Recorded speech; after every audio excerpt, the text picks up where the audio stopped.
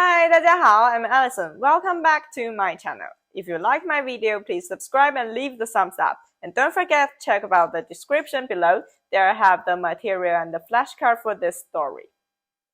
Are you ready for the listening practice?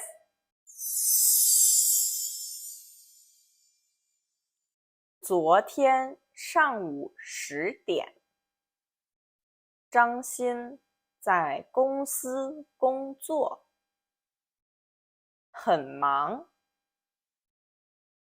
他11点的时候要开一个会，但是他的肚子很疼，不太想开会。可是这个会很重要，所以必须开。开会之前，他真的很不舒服，所以他只好问他的同事能不能换一个时间开会。他们同意了，然后他去了卫生间。从卫生间出来以后，他的肚子还是很疼。他记得他的包里有药，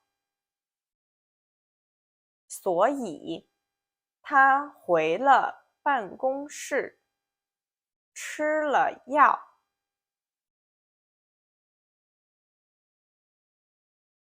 1个小时以后，他的肚子还是没有好，所以他跟他的老板请了假。从办公室出来，他去了医院。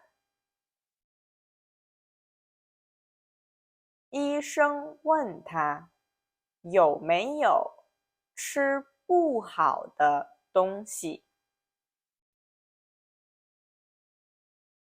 他说前一天的晚上，他和朋友出去玩，喝了很多冰的啤酒，还吃了很多肉。医生给他开了一些药，告诉他今天多吃一些蔬菜，喝一些热茶，不要再喝冰的东西了。他拿了药以后，就回家休息了。